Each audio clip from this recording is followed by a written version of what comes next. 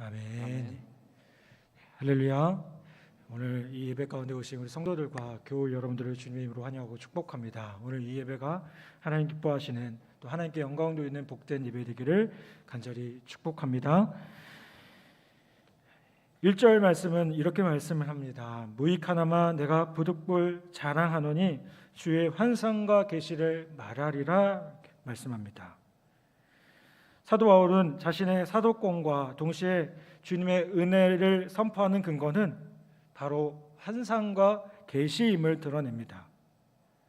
기독교는 노력과 수고로 신의 존재를 알아가는 다른 종교들과 근본적인 차이를 보여줍니다. 그것은 바로 하나님께서 친히 우리 가운데 찾아오셔서 보여주시고 말씀하신다는 사실입니다. 그래서 환상과 계시를 사도 바울은 보여주고 또 말한다라고 얘기합니다. 하나님이 인간이 되어 오셨고요, 인간의 육체로 찾아오셨습니다. 그것이 너무나도 분명한 사건이 뭡니까? 바로 예수 그리스도가 이 땅에 오신 사건입니다.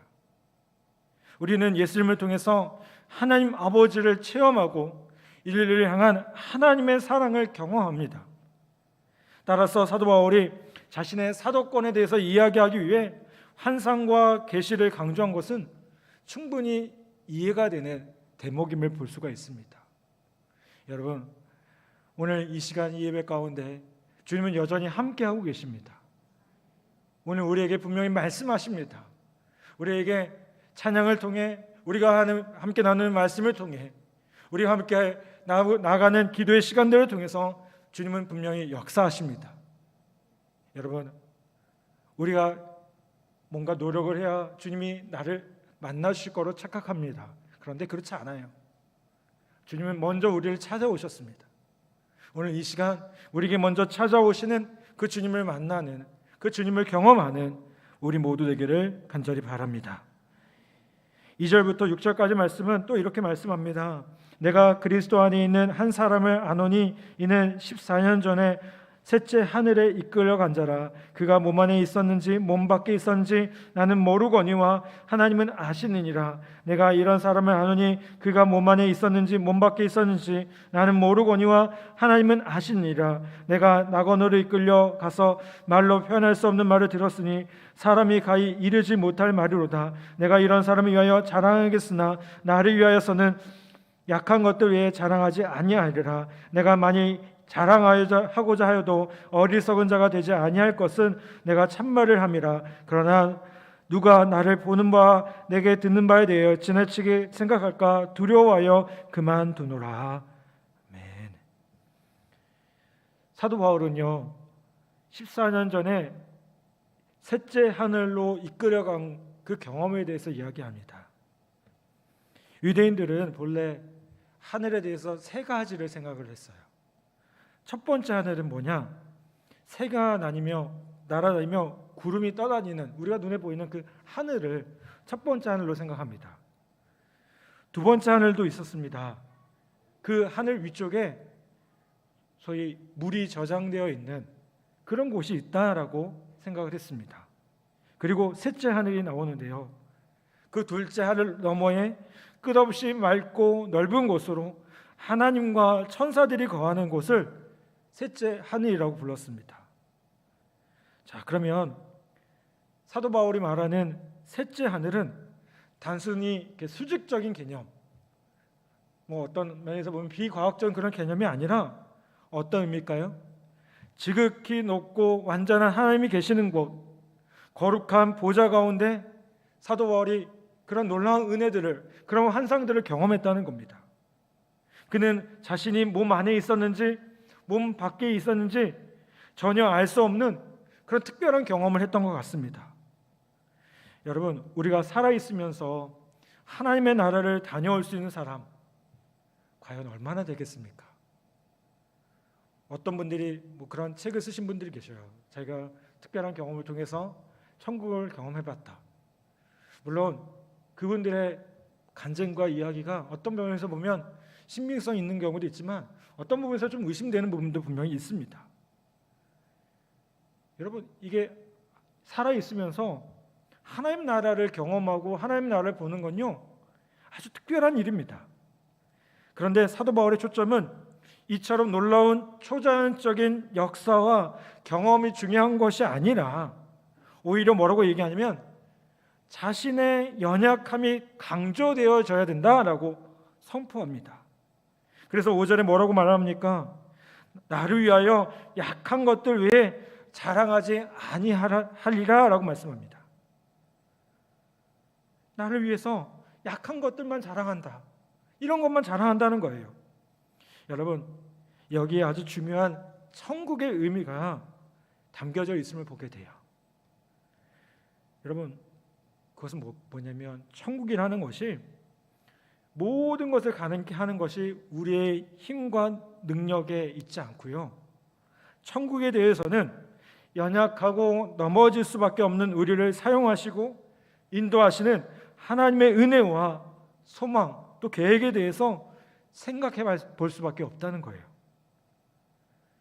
여러분, 사도 바울은요, 누구보다도 이 영적 은혜를 아주 깊이 경험한 사람입니다. 아주 충만하게 경험한 사람이었어요. 그런데 사도 바울은요, 그에게 주어진 영적인 은혜들, 그 은사들을 어떻습니까? 사랑하지 않아요.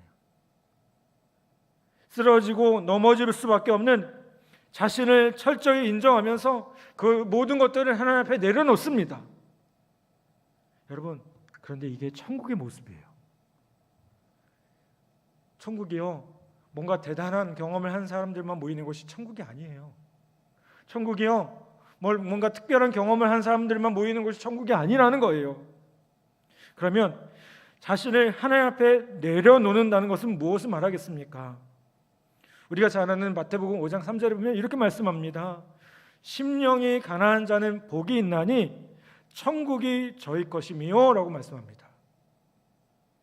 여러분, 우리가 하나님께 나아가는 그 첫걸음은 무엇입니까? 우리의 가난한 마음이에요.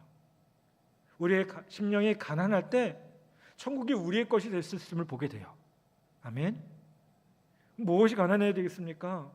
먼저는 생각이 가난해야 되고요, 두 번째는 마음이 가난해야 돼요. 생각이 가난하다는 건요, 사상과 개념과 신념으로 자신을 가득 채우지 않는다는 거예요.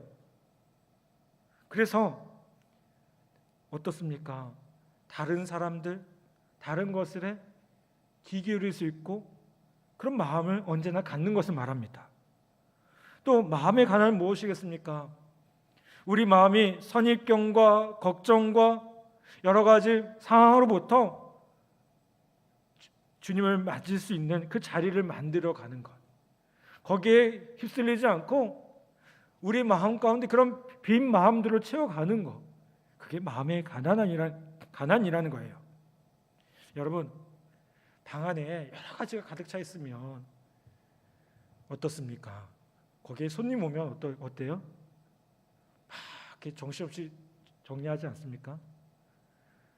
제가 어렸을 때 지금도 기억나는 게요, 어느 날 저희 교회 목사님이 신방이 오신다고 했어요. 근데 신방 오시는데 집안이 난리가 난 거예요. 왜 난리가 났을까요? 어머니가 한 일주일 전부터 치우기 시작했어요. 아니, 신방이, 저도 목사지만 지금 생각해보니까 그렇게 했어야 되나라는 생각이 들더라고요. 근데 일주일 전부터 다 집어넣어요. 무조건 보이지 않아야 돼요. 네? 일주일 전부터 치우기 시작하더니 목사님 오고 나니까 뭐 간단하게 예배드리고 뭐 이렇게 드시고 가시더라고요. 근데 그게 끝이었어요. 전 너무 허무했어요. 이게 신방이라는 거구나. 근데 제가 신방을 다녀보니까 똑같은 일들이 일어나고 있더라고요. 제가 성도님들 신방 다녀보면 꼭 그렇게 얘기해요. 성도님들이 뭐라고 하냐면, 목사님 좀 천천히 오세요. 왜 천천히 가야 될까요? 치울 수 있는 시간을 달라는 건가요? 어때요? 다 아시죠? 여러분, 근데 제가 그러면서 좀 느끼게 돼요. 여러분, 우리가 누군가 이렇게 손님이 오면 벌써 신경이 쓰이지 않습니까?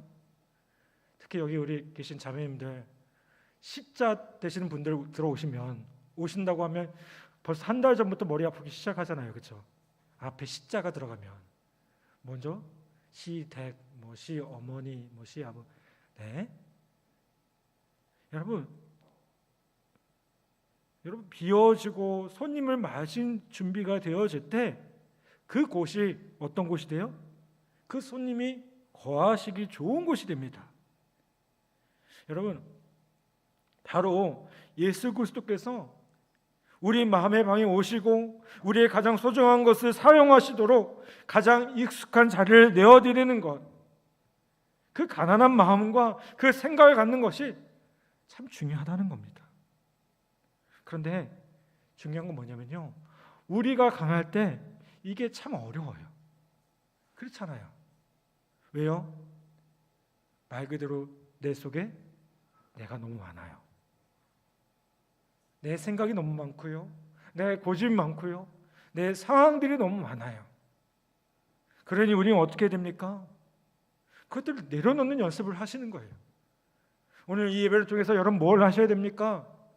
또 다른 것들을 자꾸 채우려고 하지 마시고요, 내 안에 근심, 염려 그런 것들 좀 내려놓고요, 주님으로 좀 채우겠다고, 그것으로 충분하다고 다시 한번 고백하고 결단할 수 있는 우리 모두 되기를 간절히 바랍니다.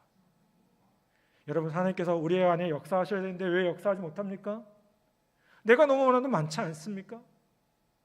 내 생각, 내 염려, 내 고민들이 너무나도 많은 거 아닙니까? 그러니까 주님이 어떻게 할 수 없는 겁니다. 여러분, 오늘 우리의 약함, 우리의 부족함을 인정하며 오히려 우리의 약한 것들을 드러내고 내어드릴 수 있는 우리 모두 되길 바라고요. 또 그렇게 나아갈 때 주님의 은혜로 우리를 이끄시는 놀라운 하나님의 은혜를 경험하는 저와 여러분 모두 되기를 간절히 바랍니다. 7절부터 9절까지 말씀은 우리가 너무나도 잘 아는 말씀입니다. 우리 같이 한번 봉독해 보겠습니다. 7절부터 9절까지 말씀입니다. 함께 봉독합니다. 여러 계시를 받은 것이 지극히 크므로 너무 자만하지 않게 하시려고 내 육체의 가시 곧 사탄의 사자를 주셨으니 이는 나를 쳐서 너무 자만하지 않게 하려 하심이라. 이것이 내게서 떠나가게 하기 위하여 내가 3번 주께 간구하였더니 나에게 이르기를 내 은혜가 내게 족하도다. 이는 내 능력이 약한 데서 온전하여짐이라 하신지라. 그러므로 도리어 크게 기뻐함으로 나의 여러 약한 것들에 대하여 자랑하느니 이는 그리스도의 능력이 내게 머물게 하려 함이라. 아멘. 지금 바울이 자신의 연약함에 대해서 이야기합니다. 근데 그 연약함의 모습이 뭐냐면 그의 육체의 가시라는 거예요. 학자들은 이것에 대해서 뭐 간질이다, 안질이다, 혹은 심각한 우울증에 빠져 있었다, 여러 가지 주장들을 합니다. 그런데 어떤 것도 성경에 분명하게 나와 있지는 않습니다. 그럴 것이라고 추측할 뿐이에요. 근데 분명한 것은 뭘까요? 그런 질병들 가운데 매일 자신을 쳐서 복종시키는 삶을 살았다는 겁니다. 그리고 그것이 너무나도 고통스러우니까 3번이나 간절하게 낫게 해달라고 간구했다는 겁니다. 여러분, 이 3번 낫게 해달라고 기도한 게 그죠? 주님 낫게 해달라고, 낫게 해달라고 이렇게 기도한 게 아니에요. 이 이스라엘 백성들, 이 유대인들의 그 생각에는요, 한 번 기도하는 건요 40일을 기도하는 걸 생각하고 있어요. 끝까지 자신의 모든 것들을 다 쏟으면서 그렇게 3번이나 기도를 했다는 거예요. 근데 하나님께서 뭐라고 말씀합니까? 9절에 보면 나에게 이르기를 내 은혜가 내가 족하도다. 여러분, 이거 어떻게 보면 뭐예요? 하나님의 응답인가요? 아니죠, 그렇죠? 어떻게 보면 거절이에요. 그런데 사도 바울은요, 이 거절, 이 말씀을 거절로 받아들이지 않아요. 바울의 연약함은요, 연약함으로 끝나지 않았습니다. 그는 오히려 그 연약함 때문에 하나님께 매달릴 수밖에 없었고, 그것이 더욱 놀라운 하나님의 나라를 이루는 하나님의 역사로 드러났다는 겁니다. 바울이 마냥 강하지 않았기 때문에, 그에게 그 연약함이 있었기 때문에 그 연약함을 통해서 주님께서는 그에게 능력을 부으셨고 그 능력이 머물게 하셨다는 거예요. 여러분, 바울이 위대한 사도로서 하나님께 쓰임받을 수 있었던 이유가 무엇이겠습니까? 바울이 최고의 학문을 공부했기 때문에 쓰임받았을까요? 사도 바울이 이 유대인 중에 유대인이었기 때문에 쓰임받았을까요? 로마의 시민권을 가지고 있었기 때문에 쓰임받았을까요? 아니었어요. 사도 바울은요, 그 연약함 때문에, 그 연약함을 통해서 그리스도가 그 안에, 그 사도 바울 안에 계속 머물게 하는 그 모습 때문에 주님께 쓰임받을 수 있었다는 거예요. 여러분, 오늘 우리가 주님 앞에 쓰임받기 원합니까? 주님께 쓰임받는 도구가 되기 원하시나요? 그거는 나의 조건과 나의 상황과 아무런 관계가 없다는 사실을 우리 모두가 기억하길 바랍니다. 오히려 주님이 내 안에 계셔야 돼요. 오히려 주님이 내 안에 계셔서 역사하실 때 우리가 그분의 도구가 될 수 있고요, 그분께 쓰임받을 수 있다는 겁니다. 아멘. 여러분, 우리 안에 주님의 일을 하는데 어떤 자격이 있거나 그 자격이 풍성한 사람 아무도 없습니다. 제가 목사로 있으니까요, 목사라고 하니까 뭔가 대단해 보이죠. 제가 새벽에 기도할 때마다 느껴지는 게 있어요. 참 부족하구나. 이게 그냥 하는 말이 아닙니다. 조금만 더 설교도 좀 더 잘했으면 좋겠고, 성도들 잘 돌봤으면 좋겠고, 왜 이렇게 내 안에 이렇게 부족한 것들을 하나님께서 요즘에 보게 하신지 모르겠어요. 여러분, 근데 그럴 때마다 방법이 없잖아요. 하나님, 그런 나를 사용해 달라고. 이 자리에 세우셨으니, 하나님 이 자리에 세우셨으니 이런 나를 좀 사용해 달라고. 오늘도 설교하는데, 수요 예배 때문에 설교하는데 담대하게 하나님 말씀 전할 수 있도록 도와달라고 그렇게 기도할 수밖에 없잖아요. 여러분 마찬가지 아니겠습니까? 우리 교회가 임직을 준비하고 있어요. 교회 직분자들 세우는 그 역할들을 하고 있습니다. 많은 분들이 그렇게 얘기해요. 목사님, 저 이것도 부족해요.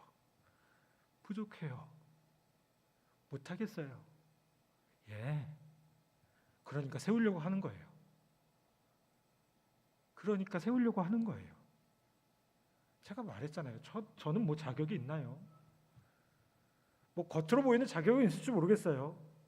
신학교 나왔고요. 네? 그런 자격은 있을지 모르겠어요. 그런데 우리가 하나님 앞에 섰을 때 아무런 자격 없는 자임을 우리 모두가 기억하길 바랍니다. 그러면 어떻게 하면 됩니까? 연약함에도 불구하고 주님이 그럼에도 불구하고 나를 사용하기 원하시고 이 땅 가운데 하나님의 나라를 이루어가기 위해서 우리를 부르고 계시다는 그 사실을 우리가 기억하고 그것을 은혜로 여기면서 여러분 믿음으로 나아가면 되지 않겠습니까?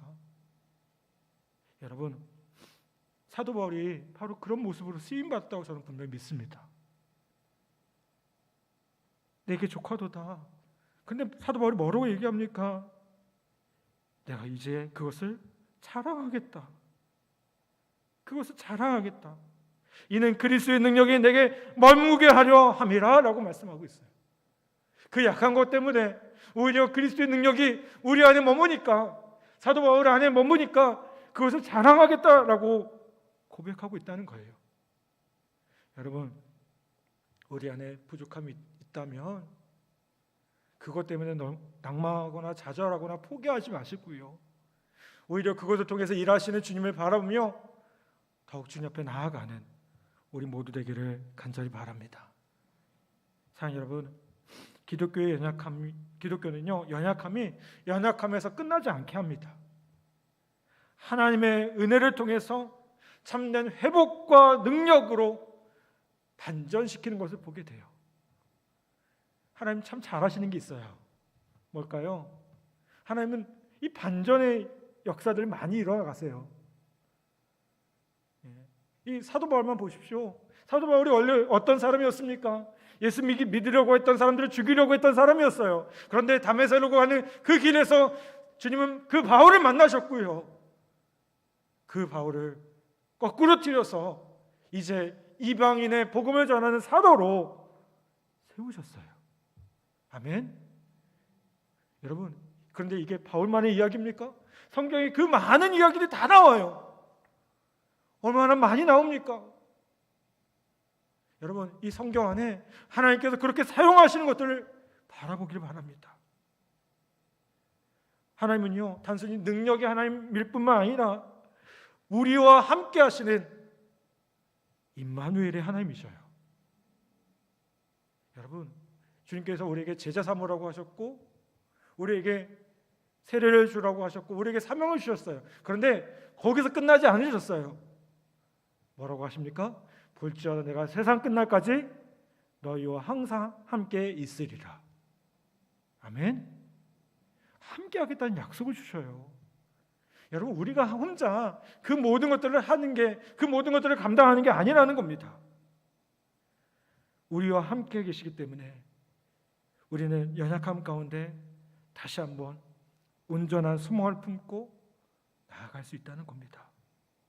여러분, 여러 가지 모습으로 힘들고 어렵지만 그것으로 온전케 하시는 하나님의 은혜를 믿으며 더욱 믿음으로 나아가는 우리 모두 되기를 간절히 바랍니다.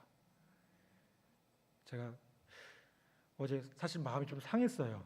왜 상했냐면 이제 코로나 상황이 좀 반전이 돼서 조금 더 예배도 자유롭게 예배 드리고 또 우리가 모이는 것도 좀 쉽게 할 거라고 기대를 했어요. 근데 학교에서 나온 그 발표들이 조금 제 마음이 좀 상하더라고요. 왜 이렇게밖에 안 될까? 교회가 뭐가 잘못하는데, 얼마나 이렇게 잘 지키려고 하는데, 그런 마음이 좀 들더라고요. 근데 한편으로는 생각해 보니까 여러분, 이렇게 모일 수 있는 것도 은혜인 것 같아요. 아멘 안 하시네요. 아멘. 여러분, 이게 모일 수 있는 게 참 은혜예요. 얼마나 간절하십니까? 저 당장이라도 이 마스크 벗고 싶어요. 근데 이 마스크 쓰고 설교할 수 있는 것도 은혜인 것 같아요. 언제 우리가 이걸 기억하겠습니까? 언제 이거 아마 이런 거 우리가 교회에서 사진 다 찍고 있는데요. 나중에 보면 이거 우리가 이런 적이 있었어라고 얘기할 거예요. 또 우리 하나님 앞에 갔을 때도 자랑할 수 있잖아요. 하나님, 내가 이렇게 코로나 상황에서, 이 어려운 상황에서 이렇게 마스크 쓰면서 힘들게 예배했다고 얼마나 자랑할 게 많겠습니까? 여러분, 그 약한 것들을 바라보면 낭망하지 말고 너무 힘들어만 하지 마시고 이것들을 은혜로 여기고 이 가운데 부어주시는 하나님의 은혜를 갖고 오히려 더 믿음으로 나아가는 우리 모두 되기를 간절히 부탁을 드립니다. 그 가운데 하나님께서 함께 하실 것입니다. 그 가운데 하나님께서 우리의 삶을 주관하여 주실 것입니다. 마르지 않는 풍성한 것들로 우리에게 넉넉히 부어주실 분명 믿습니다. 그 은혜를 누리며 나아가는 우리 모두 되기를 간절히 축복합니다.